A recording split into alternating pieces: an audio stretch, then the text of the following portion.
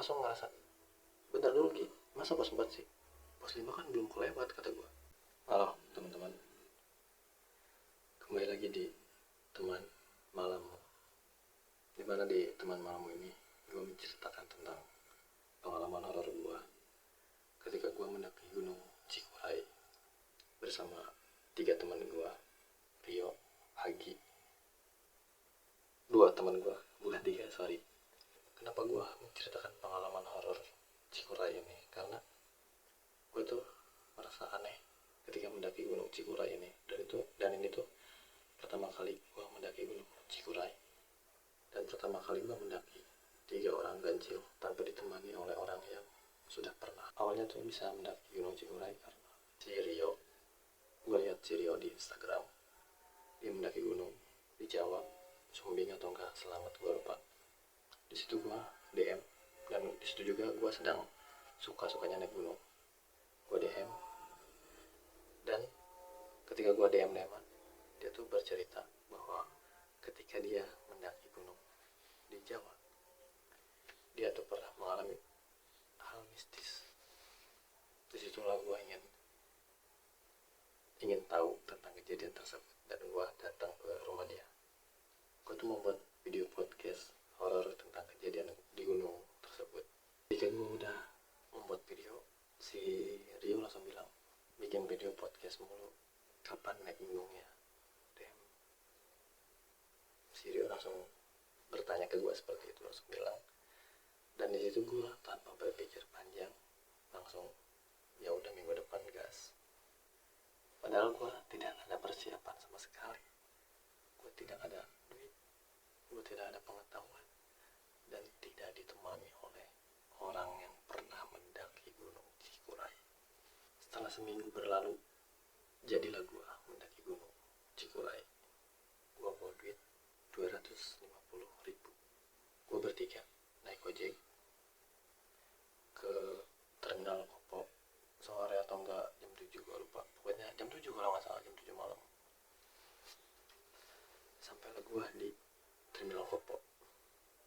Gue menunggu bis lumayan lama, dan ketika bisnya datang, gue langsung naik. Dan gue di situ di dalam bis cuma bertiga, gue, si Rio, dan juga si Hagi, ditemani supir satu. Dan gue duduk di paling belakang. Gue masih ingat, gue cuma bertiga doang. Gue duduk di paling belakang bertiga. Seperti biasa gue ya bercanda. Gue sambil WhatsApp mobil Kol Buntung di Basecamp Cikuray untuk penjemputan di terminal Garut.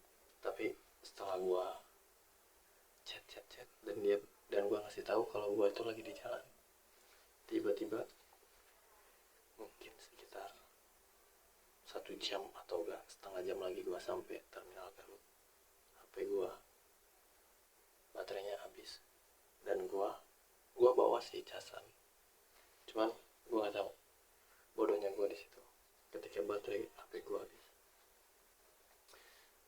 gue sampai ke terminal Garut, gue tuh nggak langsung ngecas, gue tuh langsung disamperin sama tukang ojek.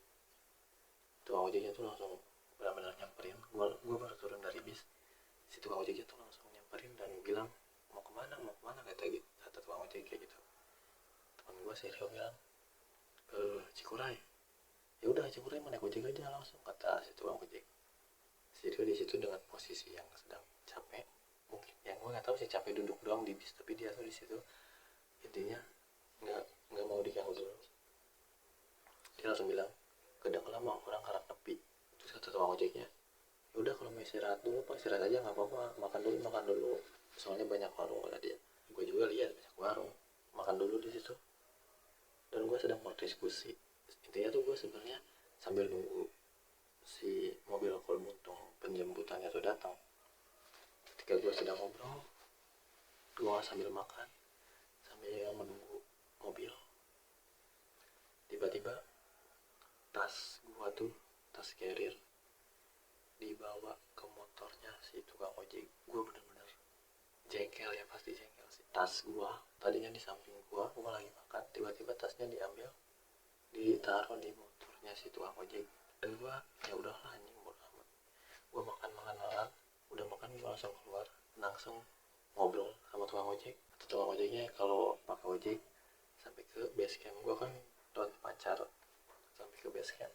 Terus gue nanya harga, kata si tukang ojeknya tuh 90.000 buat ojek, kemahalan kalau kata gue. Si dia bilang kalau 90.000 mah terlalu mahal, mending 40 aja, soalnya pakai mobil juga 45. Si tukang ojeknya tuh tetap nggak mau.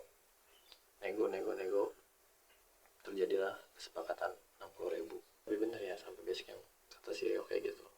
Si tukang ojeknya tuh bilang bener sampai base camp. Jadilah gua ojek ya. Dan ternyata ketika setengahnya base camp, jadi gua tahu dari si penjaga yang ada di tempat pertama tuh base camp dulu katanya.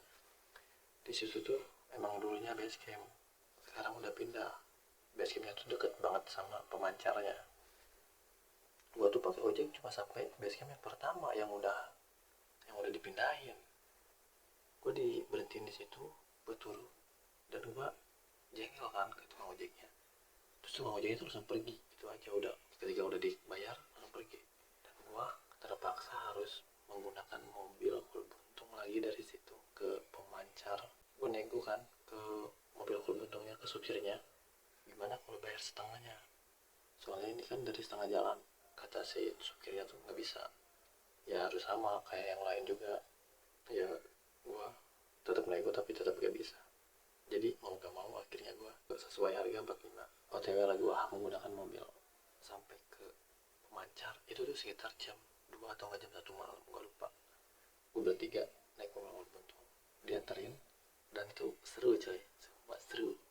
Gue baru pertama kali, seru banget. Sampailah gue di pemancar dan gue tidak langsung tidur. Gue seperti biasa ngopi sampai pagi. Dan gue melanjutkan perjalanan start trekking jam 7 kalau nggak salah.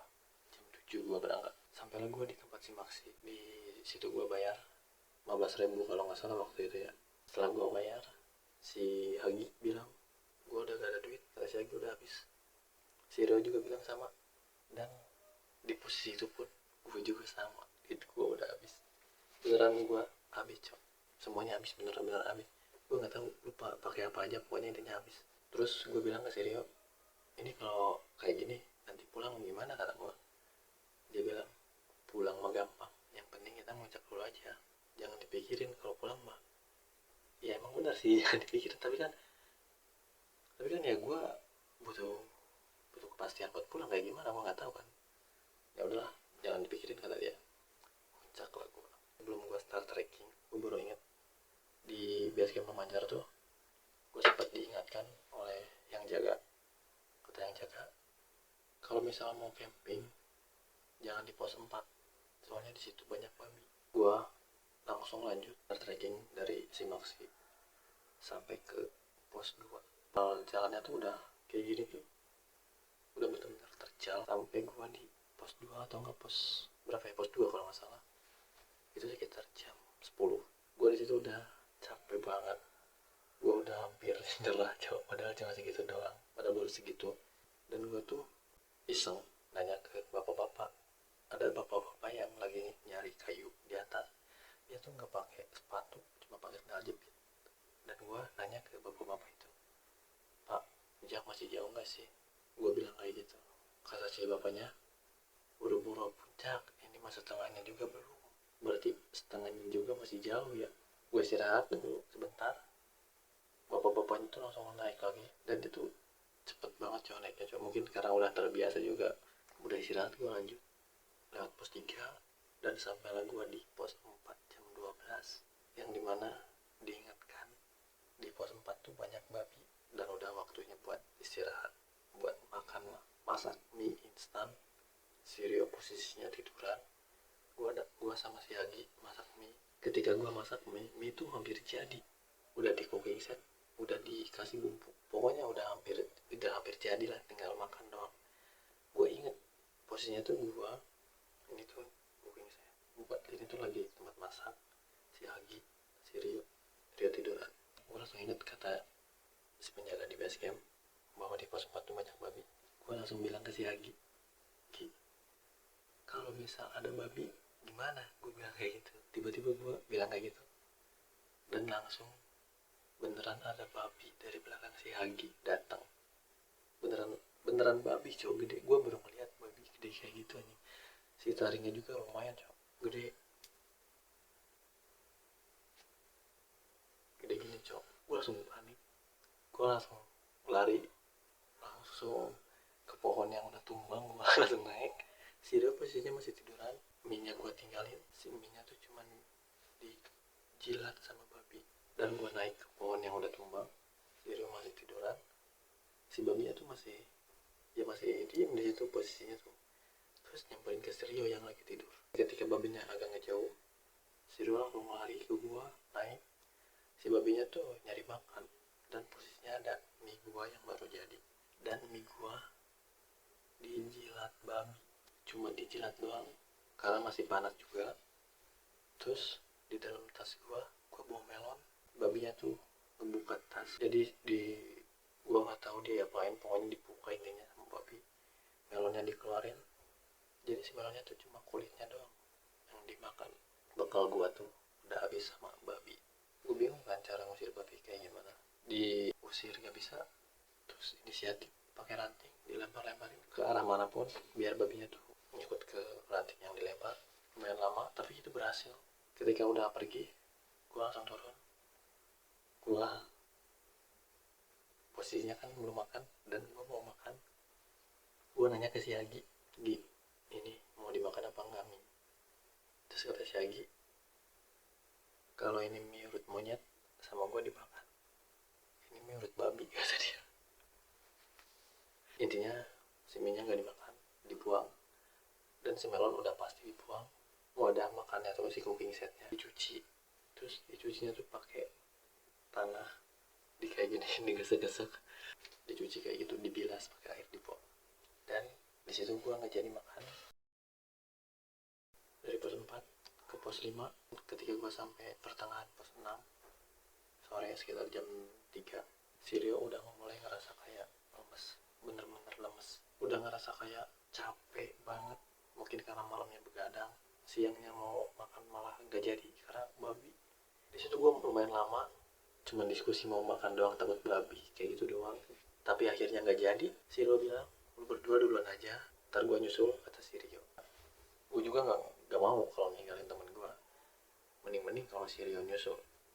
Kalau si Rio meninggal di tempat itu gimana? Gue waktu itu inisiatif dulu, bilang ke si Rio sama si Anggi. Gue bilang, coba gue lihat dulu ke atas, siapa tahu deket sama shelter atau enggak banyak pendaki lain di atas yang camping atau gimana. Gue nggak tahu. Posisinya gue waktu itu buat mau mastiin doang. Gue naik ke atas sekitar berapa puluh meter, dan di situ gue jalannya tuh terjal kayak gini. Gue tuh masih diam di tempat yang terjal. Ke atas gue nggak ngeliat siapapun, ke bawah gue udah nggak ngeliat si Hagi. Tiba-tiba gue ngerasa hening banget, nggak ada suara apapun, nggak ada suara burung, suara hewan, nggak ada. Benar-benar hening. Dan gue disitu takut, dan gue disitu ngerasa mulai nggak enak karena keheningan banget. Gue langsung buru-buru turun ke si Rio dan si Agi, tapi gue nggak cerita ke mereka bahwa gue ngerasa hening. Terus gue turun, ketemu si Rio dan si Agi. Gue bilang, yuk, kayaknya masih jauh dah, soalnya di atas belum ada orang, nggak kelihatan orang sama sekali. Terus ya udah, lanjut aja lah. Lanjut gue sampai pos 6. Di pos 6 nggak ada apapun yang terjadi sampai ke pos 7. Di pos 7 campground, pasang tenda, dan pendaki lain tuh bilang kalau mau naruh tas usahain jangan di dalam tenda, soalnya di dalam tenda nanti bakal ada babi yang nyari makan. Nanti dia tuh nyium bau makan logistiknya, yang ada nanti malah ngerusak tenda karena dia nyari makan. Pokoknya itu udah ke puncak, gua udah lihat lautan awan, udah foto-foto. Malamnya tuh si babi semakin banyak. Malamnya susah tidur karena banyak babi juga. Bangun pagi, prepare gua buat pulang. Sudah gua prepare, sudah gua masukin ke carrier lagi tas, udah siap, gua turun. Dan di perjalanan turun dari pos 7 ke pos 6, gua tuh tiba-tiba dari pos 6 turun sampai di mana si Agi bilang udah pos 4. Gue langsung ngerasa bentar dulu Ki, masa pos 4 sih, pos 5 kan belum kelewat kata gue, tapi ini pos 4. Terus pas gue cek emang bener pos 4 karena ada pelangnya, ada tulisan tuh di pohon pos 4. Wah, gue bener-bener ngerasa kayak aneh.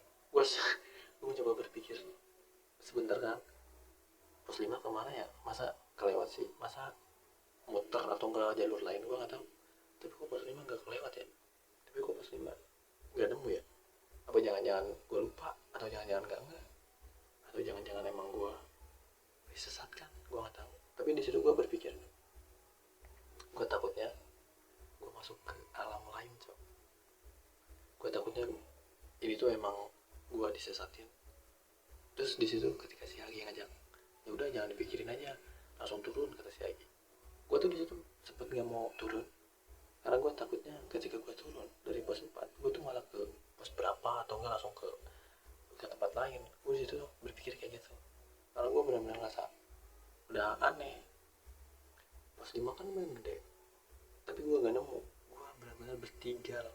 Kalau misal gue doang yang gak, ya mungkin masih masuk akal, mungkin gue bisa lupa, tapi gue bertiga gak ada yang sama sekali. Dan dari situ gue turun lanjut sampai ke bawah. Dan lu inget kan duit gue habis ketika gue sampai turun. Gue bener-bener gak bisa pulang dari base camp pun, gue gak ada duit buat pulang, dan gue harus pulang ke Cikampek dari Garut.